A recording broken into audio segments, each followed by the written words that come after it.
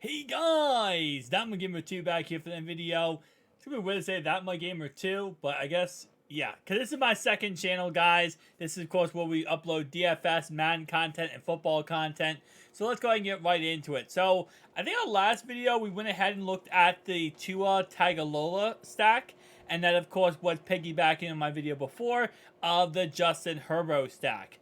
So today I'm going to go ahead and look at a new stack, and that's going to be the Trevor Lawrence stack. 6,500, not that expensive, but here's the thing about this Trevor Lawrence stack. They're playing the Colts, and this game could honestly be a back and forth shootout.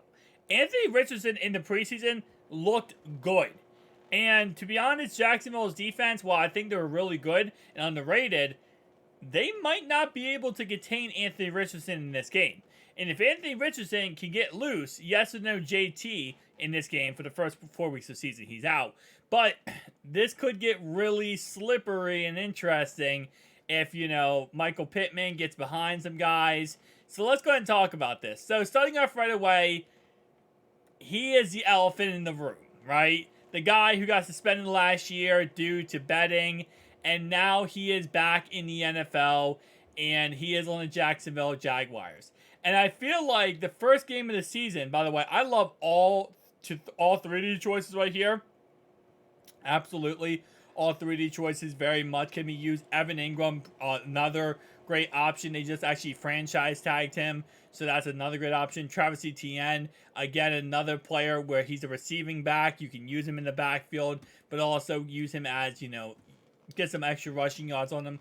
But anyway, so Calvin Ridley, again, first game with the Jags.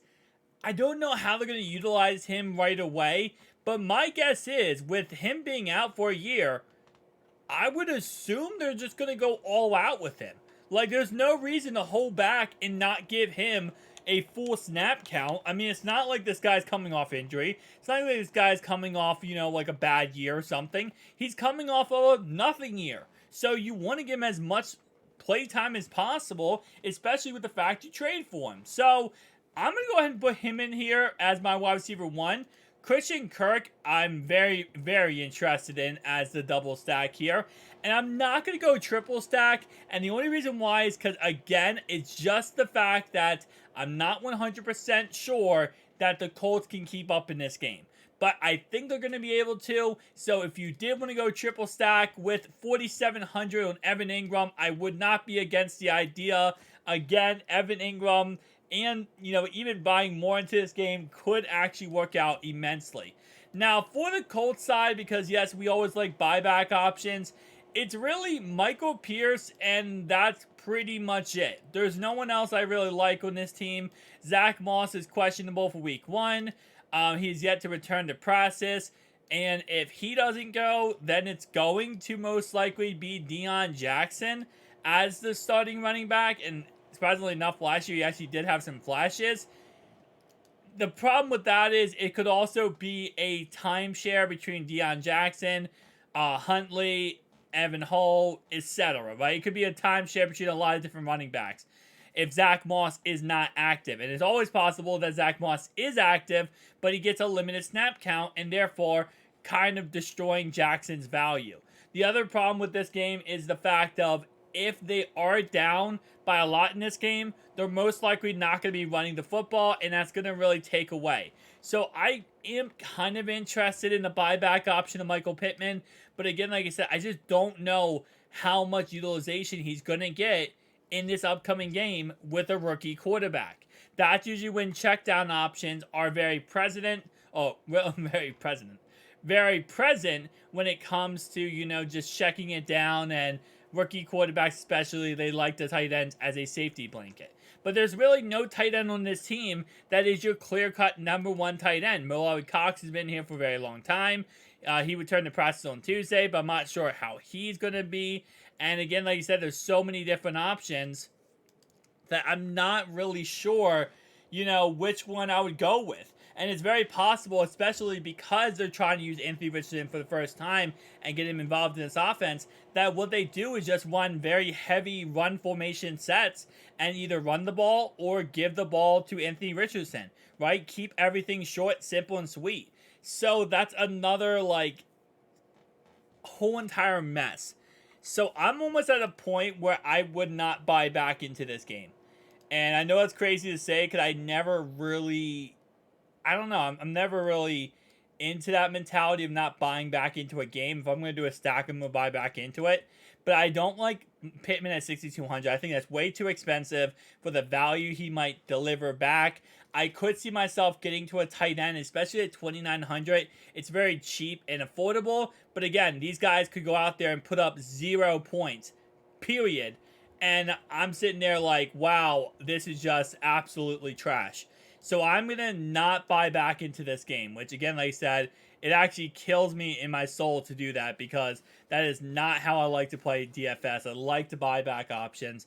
But there, again, the reason why we buy back into games, keep in mind, is because we find value in that game that it could be a back and forth game. This might not be a back and forth game. Let's go ahead though and go with our next pick here. And I'm actually going to go with a sneaky play here.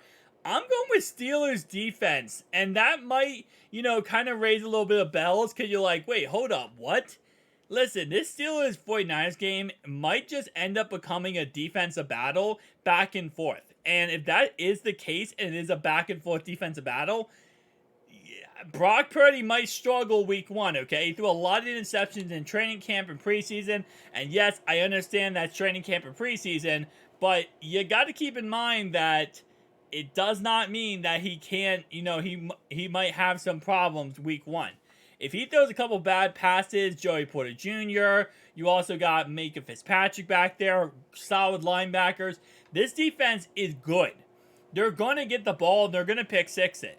So I'm actually looking for the Steelers. I know at 3,000, very cheap defense. I'm looking for them as a sneaky start. I kind of like them in this matchup. Going for my typical Zay Flowers, very cheap, affordable option at 4,000. Kind of keeps me in that ballpark range I want to be in. Tight end wise, Evan Ingram. I'm so interested in Evan Ingram week 1. I'm not gonna lie to you. He interests me a lot because I feel like he could get a goal line look and get a touchdown. But I'm going to get away from that. I am going to go with Irv Smith. We now know after yesterday that Joe Burrow was practicing. So it's official. He's back. So Irv Smith is an absolute must at 3,600. I mean, depending on how your lineup shakes out, I'm almost to a point where I'm putting him in every lineup I'm in because I like him that much. I think he has the potential to really go off. You got to keep in mind that Cleveland is going to try to shut down Chase and T. Higgins. That's going to leave Tyler Boyd and, of course, Irv Smith to be open. It's a new target for Burrow. He hasn't played any training camp with this guy or preseason. So this is a good example of, him going out there and getting some crazy catches and making some plays. Now, here's another guy I'm really interested in week 1. And 6,100 is a little bit expensive for, the potential / risk of him. And that's DJ Moore. He just got traded to the Chicago Bears. And I know you might say, well, why are you interested in this guy? Don't you realize that Justin Fields is probably going to run the ball a lot against the Packers? Yeah, yes and no. I think what's going to happen is the Packers are going to go into this game saying, listen, we're going to shut you down, Justin Fields. You're not going to run the ball against us. You're going to have to beat the ball. You beat us through the air. And with a couple, lucky turnovers made by Jordan Love, it's very possible that DJ Moore could be the beneficiary of a couple, passes that Justin has to throw. Because, again, I don't think the Packers are going into this game thinking, oh, yeah, Justin Fields is going to light us up through the air. Excuse me. They're thinking, if we get beat, it's going to be from the ground game. The thing we're going to get beat from Justin Fields running the ball. So I am kind of interested at 6,100 here for DJ Moore. Christian Watson also interests me a lot. I think he has potential getting a big play tutty. I talked about Kenneth Walker my last video, and I'm still interested in him a lot. It really just comes down to, I'm scared whenever I see, and I know he is the running back. He's starting running back. But I'm always scared with that Seattle Seahawks squad. Because if you remember back in the old days with Marshawn Lynch, it was Marshawn Lynch, Thomas Rawls, and a couple other guys. And Pete Carroll loves to use college football rules of just using like 17 backs. TJ Hawkinson interests me a lot because he is, of course, he just got a brand new contract, which is record setting. So you might have a good week 1 for that reason. I think we go with Kenneth Walker here. I don't know if I want to use him in the flex, though. I'll probably use him in the flex here. I'm not going with Stevenson versus Philly. I refuse to use a Patriots running back, especially week 1. Listen, I need a couple weeks to see how he plays before I can go after him. Josh Jacobs just got his money, so I'm okay with going with him against Denver. I think that could be a really money matchup there. Joe Mixon, I got to see how he plays behind this new offensive line a little bit before I'm interested in going after him. I will be honest, though, it's kind of funny, but I'm actually going to do this real fast. I'm going to go with I'm probably gonna go with Kenneth Walker again. I just want to go with Kenneth Walker in the running back 2 slot here and not go with Kenneth Walker down my flex spot. Because my flex spot, then I'm kind of open up for a little bit more opportunity, right? So where is Kenneth Walker? I thought he was like 6,000. He's right there. Okay. So now my flex spot, now I have a little bit more, wiggle room. Now, keep in mind, again, Jalen Waddle is going to, he says, as Tuesday, he feels good. Expects to suit up for week 1 versus the Chargers. That's definitely going to be something to keep an eye out on. If he plays, though, I'm very interested in him. Because I think that, and I said my Tua sack last week, I truly do believe he could really go off. Depending on if they try to double team, triple team Tyreek Hill. But the guy I'm going with here is DK Metcalf. With a couple guys injured, Jackson Smith and Jigba getting hurt in preseason and training camp, DK Metcalf should have a huge week 1 game, and this is where I would take the advantage of it. Guys, tell me down below your thoughts and opinions. I'll see you guys in the next one. Peace.